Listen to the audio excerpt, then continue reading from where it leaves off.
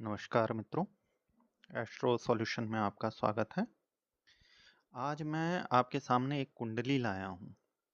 ठीक है, ये कुंडली में कई चीज़ें हैं, जैसे जहाँ तक कि सरकारी नौकरी भी है, लेकिन कहीं ना कहीं अगर सिंपली आप कुंडली में देखेंगे, पहले मैं कुंडली का एक हल्का सा विवरण दे दूँ तब मैं बताऊँगा आपको।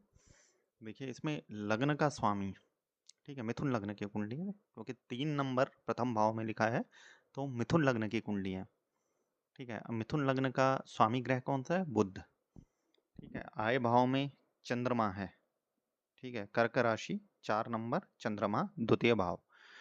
अब ये चंद्रमा उच्च का होके बैठा है व्यय भाव में शुक्र के घर पे, और साथ में इसके है केतु। ठीक है, अब यहाँ पे मैं इस कुंडली में आपको एक चीज और बताऊंगा। देखिए, कभी भी कोई भी कुंडली आती है, आप राहु केतु को जरूर गौर कीजिएगा, क्योंकि राहु केतु जहां पे भी बैठते हैं, जिस ग्रह पे बैठे, देखिए राहु केतु का अपना कोई शरीर नहीं है। ठीक है, ये क्या करते हैं, जिस राशि में बैठते हैं उसी के जैसे गुण अपना लेते हैं, साथ में अपने नेगेटिव इफेक्ट को वहां डाल देते हैं, अगर व्यक्ति उन ग्रहों के अकॉर्डिंग काम नहीं करे तो। ठीक है, अब देखिए, जैसे यहाँ पे राहु केतु, सर्वप्रथम मैं राहु केतु की स्थिति पे आऊंगा। देखिए, लग्न कुंडली ये है। ठीक है, वृष राशि की है, 2 नंबर पे चंद्रमा है, वृष राशि की कुंडली है। सारे ग्रहों की प्लेसमेंट देख लीजिए, कहाँ पे कौन सा है। त्रिकोण के स्वामी शुक्र है, उस पर बुध और गुरु है। मंगल शुक्र सूर्य राहु 6वें भाव में है। शनि आपके 9वां भाव भाग्य भाव में है। अब हम देखेंगे एक्चुअल में इन ग्रहों की पोजीशन कहाँ पे है। हम ये किससे लगाते हैं, पहले भी मैंने आपको बताया, भाव चलित कुंडली, मतलब ग्रह लग्न में जब जन्म हुआ था तो इस प्रकार से गोचर कर रहे हैं, दिखाई दे रहे हैं। लेकिन एक्चुअल जो स्थिति ग्रहों की है, वो चलित कुंडली में हम देखेंगे एक्चुअल स्थिति ये है। ठीक है, कि कौन सा ग्रह किस भाव का इफेक्ट दे रहा है। अब सिंपली अगर मैं पहले आपको सिंपली पूछूंगा कि सबसे सर्वप्रथम रूल देखो, चंद्रमा केतु क्या है? चंद्रमा मन है, चंद्रमा माता है। केतु क्या है? राहु केतु वो हैं जो कि चंद्रमा के परम शत्रु माने जाते हैं। ठीक है, क्योंकि ये केतु चंद्रमा को ग्रहण लगाता है, राहु चंद्रमा को ग्रहण लगाता है।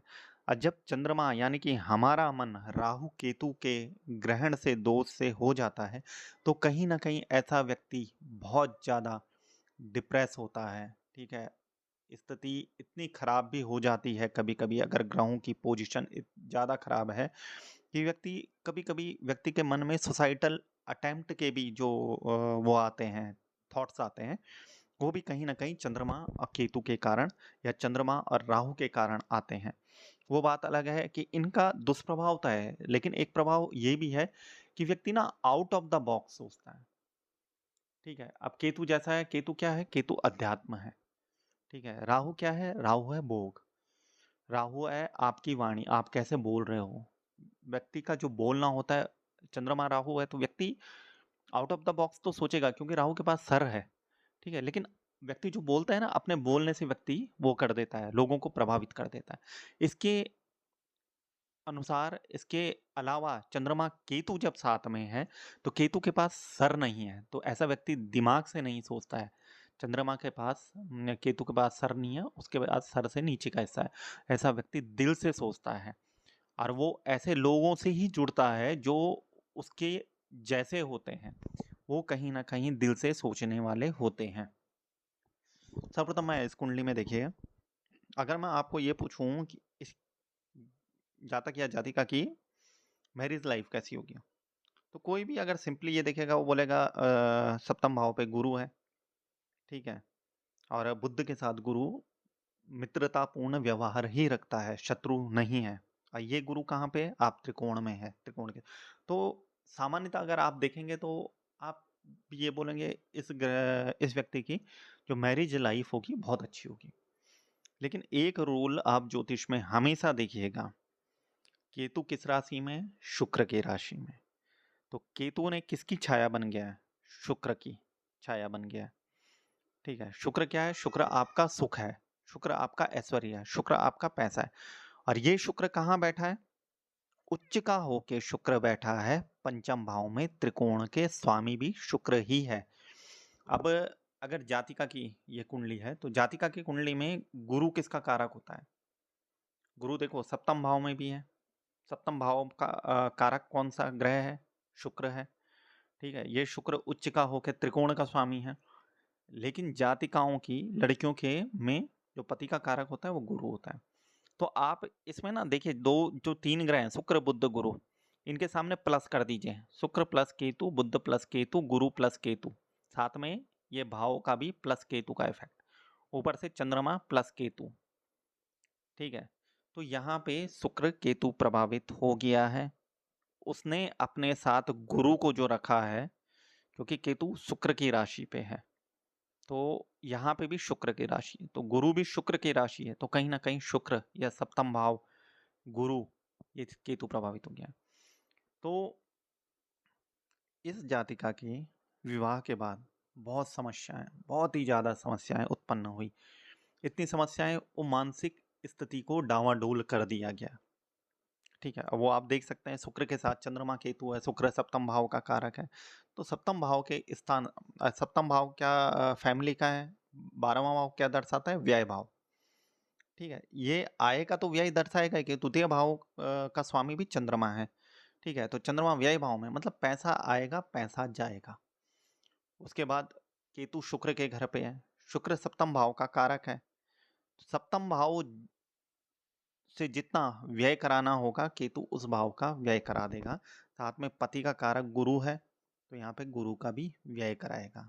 तो कहीं ना कहीं देखिए, मैं प्रत्येक इंसान को, प्रत्येक व्यक्ति को ये बोलता हूँ कि जब आप कुंडली मिलवा रहे हैं अपनी शादी से पहले, ठीक है, शादी के लिए, तो कहीं ना कहीं केवल गुणों पे मत आइए कि 30 गुण मिल रहे, 28 गुण मिल रहे। इंडिविजुअल दोनों की कुंडली जरूर जांचिए, दोनों का सप्तम भाव जरूर जांचिए, कुटुंब भाव जरूर जांचिए, पंचम भाव जरूर जांचिए कि कहीं ना कहीं इसमें कोई ऐसा रिफ्लेक्ट तो नहीं हो रहा है, कहीं केतु प्रभावित ये चीजें तो नहीं है।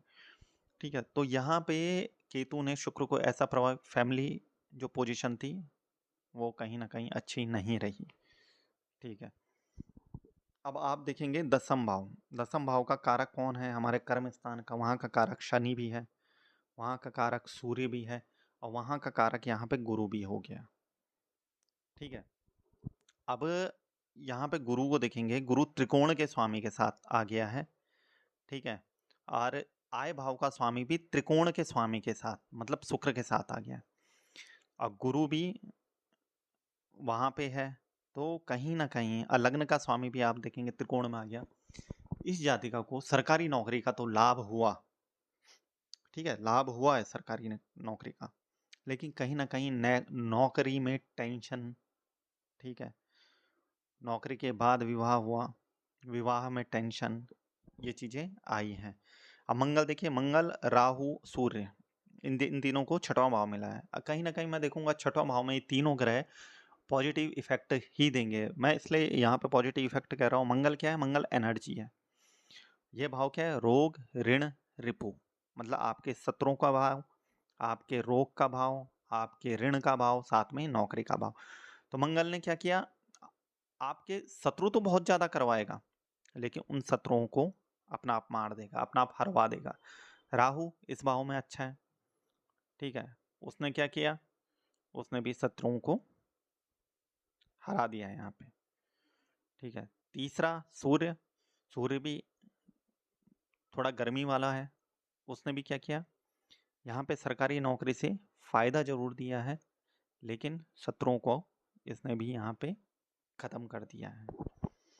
ठीक है, अब देखिए बुध, लग्न का स्वामी को दो घर मिले हैं, लग्न स्थान, चतुर्थ भाव माता का स्थान, लेकिन माता के स्थान का कारक कौन है? चंद्रमा। वो किससे प्रभावित है? केतु। तो कहीं ना कहीं जो जातिका है उसके कारण माता को भी कष्ट। ठीक है, कहीं ना कहीं कष्ट है, क्योंकि जातिका खुद कष्ट में है तो माता को कष्ट होना होता ही है। ठीक है, बाकी शुक्र बुध गुरु की स्थिति, यहाँ पे केतु प्रभावित है, तो ये तीनों चीजें केतु प्रभावित हो चुकी हैं, जो कहीं ना कहीं इस चीज को क्या कर रही हैं? प्रभावित कर रही हैं। ठीक है, आप शनि का देखेंगे, शनि भी त्रिकोण का स्वामी है, लग्नेश का मित्र है, अष्टम भाव में आ गया है, तो कहीं ना कहीं जातिका की उम्र को तो वो बढ़ाएगा। ठीक है, जातिका अध्यात्म में भी है, लेकिन अध्यात्म में कब आई है? जब जिंदगी से बहुत परेशान हो गई है।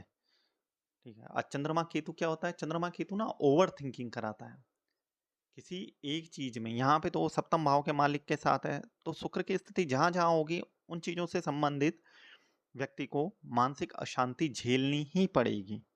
ठीक है, अब व्यक्ति झेलता भी है। देखिए ये कुंडली, अब मैं आपको बताऊंगा एक और चीज। देखिए एक होता है अष्टक वर्ग। अष्टक वर्ग ये होता है कि प्रत्येक भाव में जो राशि है उस राशि को कितने अंक मिले हैं। ठीक है, नॉर्मली 27 से कम अंक जिसे मिलते हैं हम उसे इतना अच्छा नहीं बोलेंगे। इसमें जो लग्नेश है क्या है? बुध है। मिथुन राशि की, मिथुन लग्न की कुंडली है, तो लग्न को 31 नंबर मिले हैं, मतलब शरीर अच्छा होगा, स्वास्थ्य अच्छा होगा। ठीक है, अब हम अगर कम नंबर में आए तो आप देखिए इसमें, आप देखिए सप्तम भाव जहाँ पे 9 नंबर लिखा है। ठीक है, 9 नंबर मिला है, ये इनका सप्तम भाव है जहाँ पे गुरु की राशि है, उसे पॉइंट मिले हैं 26। ठीक है, छठवां भाव जो रोग ऋण रिपु का है उसे मिला है 23। पंचम भाव जो प्रेम का है, ठीक है, जो आपके ऐश्वर्य का है, उसे मिले हैं 23। और आप देखिए 12वां भाव व्यय भाव, उसे भी यहाँ पे मिले हैं 23। ठीक है, वहाँ पे 2 नंबर लिखा है जहाँ पे 12वां भाव का है। तो कहीं ना कहीं आप जब कुंडली देखते हैं तो अष्टक वर्ग को भी जरूर देख लीजिए कि कौन सा भाव ऐसा है जहाँ व्यक्ति को फायदा होगा और कौन सा भाव ऐसा है जहाँ व्यक्ति को नुकसान ज्यादा होगा। ठीक है, अब देखिए जहाँ पे 10 नंबर लिखा है ये जातिका का अष्टम भाव है। अष्टम भाव होता है मृत्यु भाव। मृत्यु भाव कहते हैं इसे, साथ में मृत्यु तुल्य कष्टों वाला भाव। तो जातिका की जब मैंने कुंडली देखी थी, कष्ट बहुत ज़्यादा है, अभी भी है। ठीक है, नॉर्मली क्या है, मतलब कि पहले 0 था तो अब +1 की सीढ़ी पे चढ़ी है, लेकिन अभी भी ये नहीं बोलूँगा कि 100 तक पहुँची है। उपाय कर रही हैं, उपाय करेंगे तो धीरे धीरे आगे बढ़ेंगी। लेकिन अष्टम भाव जहाँ पे मृत्यु तुल्य कष्ट होते हैं उसे मिले हैं 18 नंबर, बहुत कम है, जो जो कहीं ना कहीं दिखाता है कि जीवन में कष्ट बहुत है। ठीक है, इन कष्टों को ओवरकम कैसा किया जाए? उन ग्रहों की पूजा करके। ठीक है, और ऐसा नहीं कि एक दिन आपने किसी पंडित से पूजा करवा दी तो ग्रहों का इफेक्ट कम हो जाएगा, क्योंकि ये एक दिन के कर्म नहीं है। क्यों? हमारे कर्म ही तो इन ग्रहों को बलि बना रहे हैं, हमारे कर्म ही इन ग्रहों को शक्ति दे रहे हैं। तो कहीं ना कहीं जब हम लगातार कंटिन्यूटी में अध्यात्म की ओर जाते हैं या ग्रहों संबंधित पूजा स्वयं करते हैं, जब मैं स्वयं अपने मुंह से उनके बीज मंत्र बोलूँगा तो कहीं ना कहीं वो जो मेरे मुंह से निकली हुई ऊर्जा है, ठीक है, वो कहीं ना कहीं मेरी बॉडी पे इफेक्ट करेगी, क्योंकि उस ऊर्जा को मेरे कान जब सुनेंगे तो मेरे कान रिसेप्टर हैं। अब मेरे मुंह से निकले हुए मंत्र जो मैं बोल रहा हूँ वो रिसेप्टर उन्हीं चीज़ों को ग्रहण करके उसे मेरा ऑरा से जोड़ेंगे। ठीक है, कहीं ना कहीं ऑरा इफेक्ट होगा, ऑरा बली होगा, तो कहीं ना कहीं मैं आगे, मुझे रास्ते मिलते जाएंगे।